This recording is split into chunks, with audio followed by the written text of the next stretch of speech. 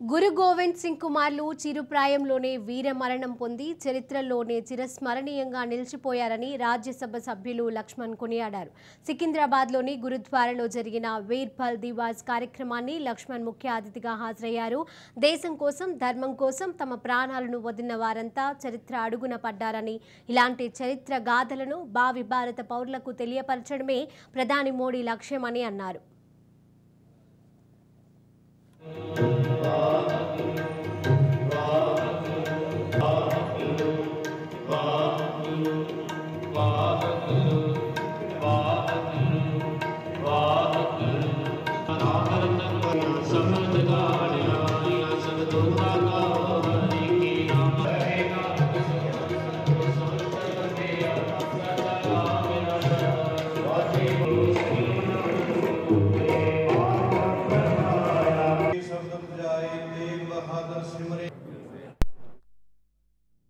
అందరూ కూడా దేశవ్యాప్తంగా విధిగా గురుద్వారాలు సందర్శించి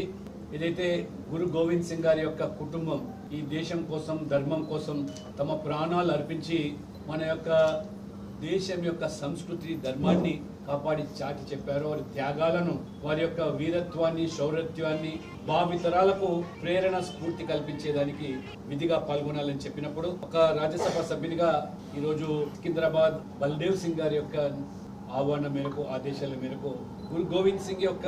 పుత్రులు ఆనాడు ఔరంగజేబు, మొఘలాయులు ఈ దేశం మీద దురాక్రమణలు చేసి ఒక ఇస్లాం మతం తప్పితే ఇతర మతాలన్నీ కూడా విచ్ఛిన్నం చేయాలని, అన్ని ధర్మాలను కూడా నాశనం చేసి మరి ఆ రకంగా గుళ్ళు, గోపురాలు, మందిరాలు, గురుద్వారాలను ధ్వంసం చేసి క్రూరంగా, రాక్షసంగా వ్యవహరించారో గురు గోవింద్ సింగ్ యొక్క ఆ కుటుంబం మీద కూడా ఆనందపూర్లో కూడా వెళ్ళి దాడులకు పూనుకుంటే ఇంతకుముందు వారు చెప్పినట్టుగా ఆస్తి కోసం కాదు, భూమి కోసం కాదు, కేవలం ఇస్లాం మతమే ఈ ప్రపంచవ్యాప్తంగా శాసించాలి, విరాజిల్లాలని చెప్పి కుట్రపూరితమైన చర్యల్లో భాగంగా ఆ యొక్క చర్యలు పాల్పడితే తన ఇద్దరు పుత్రులు వారు చలించక మరి మొక్కవోని ధైర్యంతో ఏ రకంగా వారు చివరికి వాళ్ళని బందీలు చేసి ఇటుకలతో గోడలు కట్టి వారికి జీవ సమాధి చేసినటువంటి ఆ యొక్క రాక్షస ఆనందం పొందినటువంటి ఆ యొక్క మొఘలులు కానీ, ఔరంగజేబు కానీ అటువంటి త్యాగ ధనుల చరిత్ర, ఒక వీర మరణాన్ని పొంది ఈ దేశం యొక్క సంస్కృతిని, ధర్మాన్ని, సిక్కు మతాన్ని కాపాడి మరి దేశానికి స్వాతంత్రం వచ్చి 75 సంవత్సరాలైనా ఎక్కడ చరిత్ర పుటల్లో వీళ్ళు ప్రస్తావన లేకపోవడం. ప్రజాప్రతినిధులు అందరూ కూడా దేశవ్యాప్తంగా